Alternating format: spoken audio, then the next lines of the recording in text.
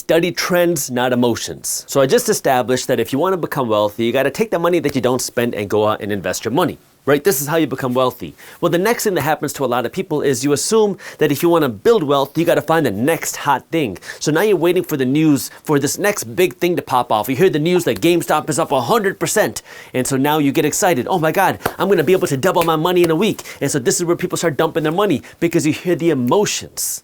And then what ends up happening to a lot of people is they end up losing money on the very same trade. People are looking for the next way to make a lot of money. And it's very easy to do that, especially because the media is in the business of selling hype. Trust me, I own a media company. Briefs Media is my company, and we understand and see what's happening in the traditional media space. But what you got to understand is if you want to build wealth, you can't get caught up in the emotion. Because if you get caught up in the emotion, you're going to be the person that's making somebody else rich. When the pandemic hit in 2020, everybody kept hearing that the stock market is crashing. And when people were hearing that the stock market was crashing, what happened? Some people were using it as an opportunity to buy because stocks were cheap. But the majority of people were using it as an opportunity to sell because they were scared and they were caught up in the emotion. And this happens time and time and time again. We saw the same thing happen in 2008. The economy was hurting and people were selling out of their retirement portfolios, not because they necessarily needed the money. I understand some people did it because they needed the money, but a lot of people were selling out because they were scared.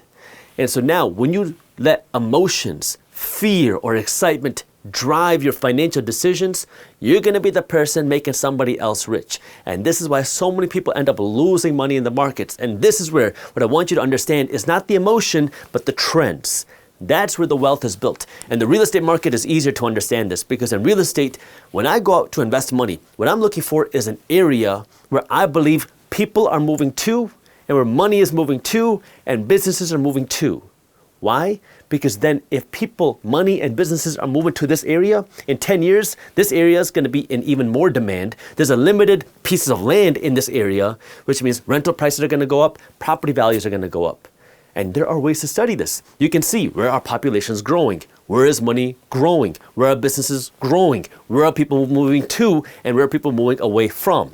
I want to invest my money where people are moving to. That way I can continue to see that upside in the future. It's the same thing in the stock market. If you're investing in companies, you want to invest in industries that are innovating for next year, the year after that, the year after that, and the year after that.